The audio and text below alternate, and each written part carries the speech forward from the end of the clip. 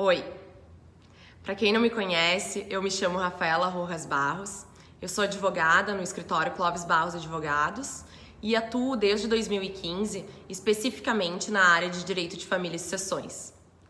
Então hoje eu gostaria muito de agradecer a presidente do Instituto dos Advogados do Rio Grande do Sul, a doutora Sulamita Santos Cabral, a coordenadora doutora Ana Lúcia Piccoli, e a diretora Liane Bestetti, aproveitando também para estender os meus cumprimentos à querida jornalista Terezinha Tarcitano pela oportunidade de estar aqui mais uma vez, fazendo parte desse grupo de estudos de direito de família, ainda que dessa vez de forma virtual. É sempre um prazer, uma alegria poder contribuir com esse instituto, o IARGS, que me é muito caro.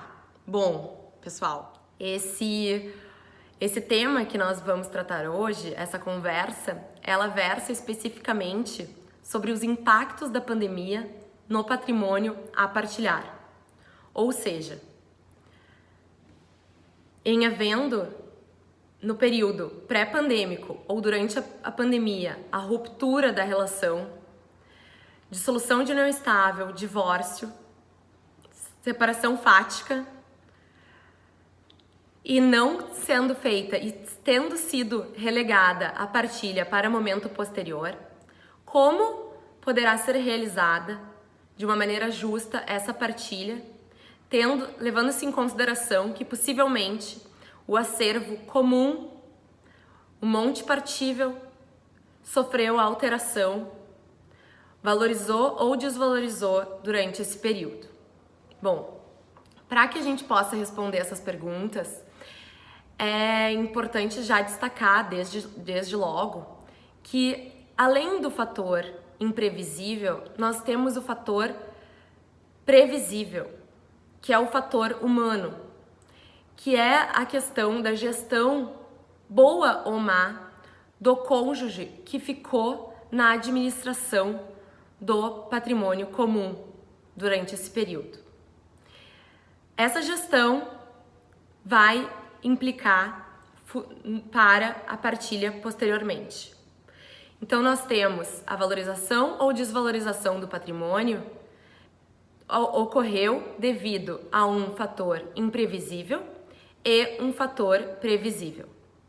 Normalmente, o que nós temos hoje para nos basearmos é a jurisprudência, que via de regra tem como fator subjacente o fator da previsibilidade nos seus casos. De qualquer forma, os entendimentos dos tribunais sobre a partilha tardia vão servir para que nós possamos, analogicamente, chegar a alguns resultados de possíveis cenários no período pós-pandêmico dessa variação ocorrida no patrimônio comum. Então, vamos lá. Por exemplo, indo direto ao ponto. Em havendo cotas a partilhar, o momento em que elas foram adquiridas, ele deve ser verificado. Se elas tiverem sido adquiridas em um momento anterior à celebração do casamento ou união estável em que o regime de bens adotado for o regime legal, o regime da comunhão parcial, preserva-se a titularidade individual do adquirente, para que se evite o enriquecimento ilícito sem causa ilícito da outra parte. O mesmo entendimento é adotado para as cotas adquiridas após a separação fática, que extingue o regime de bens e a sociedade conjugal. Desses bens particulares, somente os lucros e dividendos poderão ser partilhados. Caso essas cotas tenham sido adquiridas durante a união com recursos comuns e apenas um dos cônjuges é sócio, a participação societária dele integra o patrimônio comum, chamada mancomunhão pela doutrina.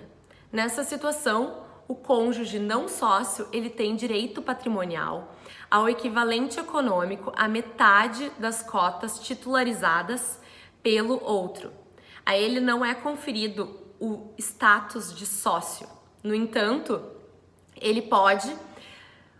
o cônjuge não sócio, chamado de subsócio pela doutrina, ele pode requerer a dissolução parcial da sociedade, apurando o valor que lhe cabe, e enquanto o valor integral não é repassado a ele, não é alcançado a ele, ele pode concorrer a uma distribuição periódica dos lucros, recebendo a parte que lhe cabe dos lucros distribuídos ao sócio ex-cônjuge.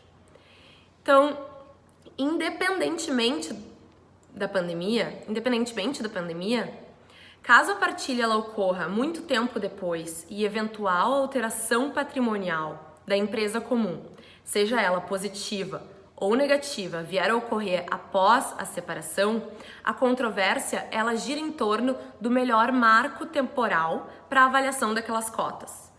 Devemos considerar o valor das cotas ao tempo da separação fática do casal e atualizá-los à época da efetiva partilha, ou devemos considerar o valor delas à época da efetiva partilha. Para a corrente majoritária dos tribunais estaduais, levanta-se o valor dessas cotas à época da separação de fato e realiza-se a partilha. No STJ, essa questão é controversa. Existem duas correntes. Uma entende que o valor das cotas deve ser o valor, a data da separação fática atualizado, e a outra corrente entende que o valor das cotas a ser objeto de partilha deve ser o valor delas à época da efetiva partilha. De qualquer forma, para que uma partilha ela seja justa no período pós-pandêmico, nós devemos avaliar dois fatores. Se essa variação patrimonial ela decorreu de uma boa ou má gestão do cônjuge sócio, ou além do evento alheio à vontade delas. Ok? Então, dito isso, como que eu posso contribuir para essas possíveis controvérsias no período pós-pandêmico? Sob todos os prismas que nós podemos analisar, um ou outro do casal vai ser prejudicado. Vamos lá. Se nós não considerarmos o valor das cotas à época da partilha, sendo maior o valor delas nesse momento, o cônjuge ex-sócio, o ex-cônjuge não sócio, enriquecerá ilicitamente, porque ele não contribuiu para aquele incremento das atividades da empresa no período pós o rompimento do vínculo. Em ocorrendo, por sua vez, o decréscimo do valor dessas cotas, quem vai ser beneficiado vai ser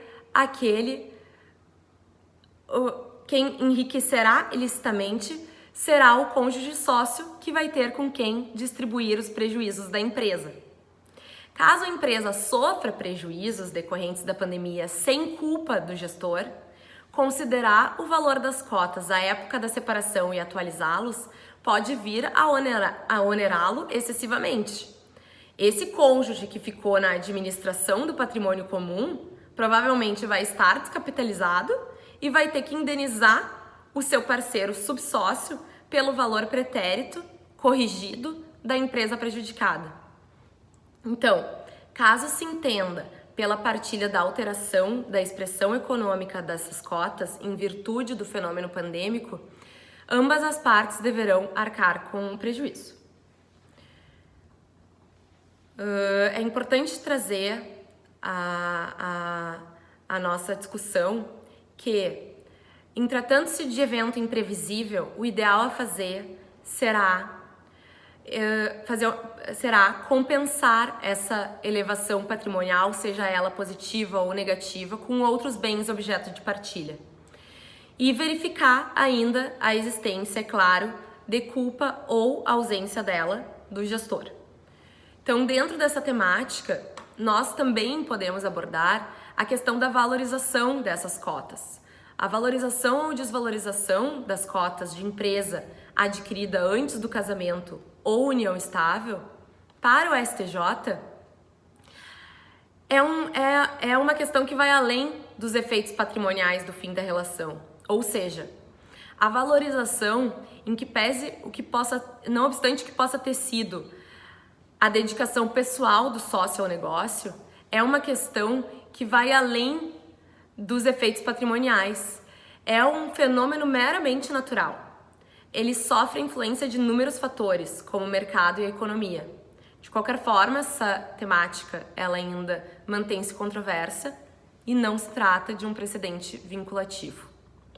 Então, no caso de um objeto da partilha tardia no período pós-pandemia ser a valorização das cotas de empresa adquirida antes do casamento ou da união estável, em se considerando ter eventual valorização ocorrido em virtude de lucro não distribuído e reinvestido na empresa, lucro esse que fica na conta de reserva e que, se tivesse sido distribuído, entraria no patrimônio comum do casal, deverá ser analisado caso a caso se a não distribuição teve o intuito de fraudar a partilha ou se foi uma decisão necessária para a continuidade da atividade empresarial na época da pandemia. É claro que essas questões probatórias são de extrema dificuldade de averiguação, mas entendo que isso deve ser levado em conta. Nós não podemos evitar nós não podemos esquecer que é dever do empresário, no exercício da função social da empresa, conservá-la, mas esse princípio ele deve ser compatibilizado com a coibição da fraude também e com a vedação ao enriquecimento sem causa. Então, no tocante aos imóveis, quando nós estivermos tratando de imóveis, de valorização ou desvalorização de imóveis, caso a partilha não ocorra imediatamente ao divórcio, o que também é autorizado pelo artigo 1581 do Código Civil Brasileiro, não havia comentado, haverá a conversão da comunhão em condomínio tradicional, dividindo as partes todos os ônus e bônus provenientes da valorização ou desvalorização desse imóvel até a ultimação da partilha. Apesar de a valorização ou desvalorização dos imóveis para a corte representar um fenômeno meramente econômico da própria existência do imóvel no decorrer do tempo, conjugada com fatores como a localização e o estado de conservação do imóvel, fosse o caso desse bem ter sido adquirido por preço irreal ou tendo ele depreciado no período posterior à ruptura, em virtude também da pandemia, o ônus deverá ser comum. Porque nessa situação, se o valor de mercado supera o valor realmente pago pelo casal, não há como aceitar que a meação do que pagou eventualmente menos tenha valor tão dispar e superior, especialmente se considerarmos que apenas parte do preço integral foi pago, que é o que acontece na maioria das vezes, por ambos no lapso da união. Então, é claro que nós não podemos perder de vista as hipóteses em que, em virtude da separação fática durante ou pouco antes do advento da pandemia, um dos consortes usufruiu do bem individualmente. Então, ainda que por fato alheio à vontade das partes, um deles foi favorecido. A valorização ou desvalorização artificial do imóvel comum por conta da pandemia, ela conta com tal elemento. Então, além de configurar um fenômeno independente da atuação dos proprietários, não se pode permitir que o cônjuge que ficou desprovido do seu uso seja prejudicado. No que diz com automóveis, o valor normalmente considerado para a indenização a ser paga pelo parceiro que utilizou o carro após a ruptura fática é o da tabela FIPE na data do término, devidamente corrigido e atualizado. A jurisprudência, comumente, ela não utiliza o valor atual do bem, porque pondera que o uso e a fruição do veículo por uma das partes, acrescido do fator tempo, contribuiu para a depreciação do bem. Esse é o entendimento das duas câmaras especializadas, a 7ª e 8ª Câmara Civil do Tribunal do Rio Grande do Sul. No entanto, de qualquer forma, em que pese esse entendimento majoritário dos tribunais, quando o evento pandêmico ele ingressa na equação, esse entendimento ele tem que ser ponderado, tá?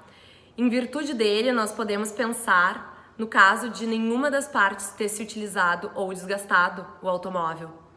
Presumindo que cumpriram ambas as partes a quarentena e trabalharam em regime de home office, o valor justo a ser considerado para fins de partilha, ao meu ver, será o do bem à época da realização. Isso é, eventual valorização ou desvalorização desse automóvel alcançará ambas as partes. A responsabilidade pela pandemia, ela não pode ser imputada a ninguém. Então, o valor a ser considerado será o valor à época da separação corrigido. Perdão, o valor à época da pandemia, o valor do bem à época da pandemia, certo? A época da partilha. Então, no caso específico dos automóveis, não é justo seguir essa linha jurisprudencial que defende aquele que não permaneceu na posse do bem, considerando a condição do patrimônio ao tempo do desenlace, porque dele nenhum dos sujeitos pôde usufruir. Então, pessoal, com essas contribuições e partindo, eu gostaria de fazer algumas reflexões. Partindo da máxima que os contratos são lei entre as partes e sabendo que em alguns casos essa máxima, essa rigidez, ela pode gerar desequilíbrios e injustiças contratuais em nome de uma pseudo-segurança jurídica, que destoa da velocidade e da força dos acontecimentos atuais, nós temos a regra que traduz o entendimento de que o contrato faz lei entre as partes somente enquanto as coisas permanecerem na forma estabelecida na época do contrato. É importante que nós saibamos que essa regra, a rebus sic stantibus, ela foi adaptada e levando à criação da teoria da imprevisão, prevista no artigo 317 e 478 do Código Civil. A teoria da imprevisão, ela possibilita a revisão ou até mesmo a resolução do contrato de execução diferida ou continuada quando ocorrer a onerosidade excessiva em decorrência de acontecimentos extraordinários e imprevisíveis. E é aí que eu vejo que a estrutura contratual do documento que versa sobre a partilha de bens, um verdadeiro ajuste de vontades, ele se assemelha muito ao contrato de execução diferida. E assim sendo, em havendo acontecimento superveniente ou acontecimento imprevisível e inevitável, como é o caso da pandemia, que gere um desequilíbrio contratual ou mesmo excessiva onerosidade para uma das partes e extrema vantagem para outra, eu defendo a aplicabilidade da teoria da imprevisão como base legal para esses casos que vierem a surgir, analogicamente a ser aplicada, analogicamente aos contratos de partilha, analogamente aos contratos de execução diferida. Então, por exemplo, vamos a 3 hipóteses. A hipótese naqueles casos em que ocorreu tão somente a separação fática sem a decretação do rompimento, para os acordos de partilha não transitados em julgado e, por último, para os acordos de partilha que transitaram em julgado. No primeiro caso, aqueles casos em que ocorreu tão somente a separação fática sem a decretação do rompimento, ainda que seja possível defender a perda da utilidade da teoria da imprevisão para revisão ou resolução do contrato, nós podemos avocar o espírito dessa teoria para definir os termos de acordo da partilha, considerando as mudanças que ocorreram e os acontecimentos supervenientes. Até porque não podemos olvidar que o casamento é um contrato, ele se caracteriza pela sua natureza contratual, assim como o regime de bens que dele decorre. Para o segundo caso, dos acordos de partilha não transitado em julgado, é claro que há mais espaço para discutir a aplicabilidade da teoria da imprevisão, possibilitando a modificação do acordo até o trânsito em julgado. Somente assim, a questão da valorização do patrimônio sem culpa do gestor poderá ser avocada por conta dos fatos imprevisíveis. Para a terceira hipótese, dos casos em que houve o trânsito em julgado do acordo de divórcio ou dissolução de união estável que versou sobre partilha, ainda que seja mais complicado pensar nessa possibilidade, nós não podemos esquecer dos casos em que a ruptura, por exemplo, ocorreu em fevereiro e o pacto, o acordo, transitou em março. Transitou em julgado logo depois. Então, seguindo a mesma linha de um RESP, datado de 2018, de relatoria da ministra Nancy Andrighi, seria possível a homologação do acordo celebrado por partes maiores e capazes que verse sobre uma forma de partilha de bens diversa daquela primitivamente estipulada e que for objeto de sentença homologatória transitada em julgado. Por quê? Porque para a ministra, esse acordo ele primará pelo princípio da autonomia da vontade, especialmente em virtude da dificuldade do cumprimento do acordo na forma inicialmente pactuada. E aqui ela faz uma ressalva muito interessante em que não tem por que exigir o ingresso de uma ação anulatória quando o requerimento de alteração do acordo não decorreu de vício, de erro de consentimento ou quando não há litígio entre as partes sobre o objeto da avença. No campo doutrinário, existe uma posição semelhante na obra do desembargador Donaldo Armelin ao tratar da flexibilização da coisa julgada. E aqui eu peço licença para ler um trecho do artigo dele nessa obra. Quando se cuida de conflito entre coisa julgada material e enriquecimento ilícito, tem-se o que a doutrina alemã chama de abuso da sentença. Sentença que, imutável por força de coisa julgada material, transformou-se em garantia desse enriquecimento, estabelecendo um polo de contradição entre o justo, que deveria resultar da prestação jurisdicional direcionada a uma ordem jurídica, e o injusto resultante dessa decisão, na medida em que o enriquecimento sem causa é a antítese da sentença. Então, das posições acima, nós vemos que é perfeitamente possível adequar o acordo primitivo de partilha à vontade, à verdade fática, para com isso tornar a disposição justa e geradora de equilíbrio. Com a ressalva de que, após o trânsito em julgado, é bem mais difícil aplicar a teoria da imprevisão, a exemplo da decisão do Tribunal de Justiça datada de 2017, que defende a imutabilidade da decisão, salvo se comprovado algum vício de vontade quando da elaboração do acordo. Então, de qualquer forma, após essas considerações, eu creio que a pandemia ela pode ser considerada como um fator imprevisível em matéria de contratos, a dar ensejo à aplicabilidade da teoria da imprevisão para resolver o contrato ou apenas operar sua revisão. E tendo em vista que a teoria da imprevisão ela considera o contrato como inserido dentro de uma realidade e não de maneira isolada, eu defendo que a utilização da teoria na temática em questão, ela garante a segurança jurídica e não o contrário. Até porque ela objetiva retomar o equilíbrio entre os contratantes que firmaram o contrato em realidade diversa dessa da futura e desconhecida. Então, é claro que aqui nós não estamos ignorando as razões para que a jurisprudência pátria se mostre relutante à revisão dos contratos, como a função social, a segurança jurídica e o princípio da boa-fé, mas nós devemos levar em conta que a flexibilidade ela anda paralela com a justiça. A dificuldade em cumprir a avença inicial, a possibilidade de onerar excessivamente uma das partes, a outra enriquecer ilicitamente ou simplesmente em respeito à vontade das partes, desde que respeitado, é claro, o eventual direito de terceiro, elas são razões suficientes para que se torne possível a homologação de um novo acordo. Deve predominar, assim, a autonomia da vontade.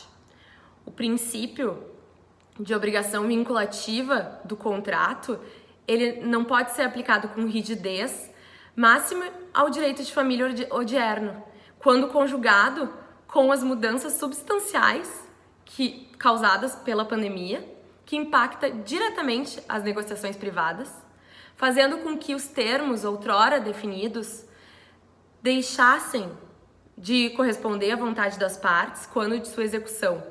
Então, em nome da igualdade, da justiça dos contratos, da autonomia privada, da intervenção mínima do Estado na família e do bom senso, a teoria da imprevisão ela deve ser, sim, uma mola propulsora de flexibilização da coisa julgada, se assim se fizer necessário, e analisando caso a caso, e das revisões e resoluções contratuais ante a pandemia ocasionada pelo fato extraordinário e imprevisível do coronavírus.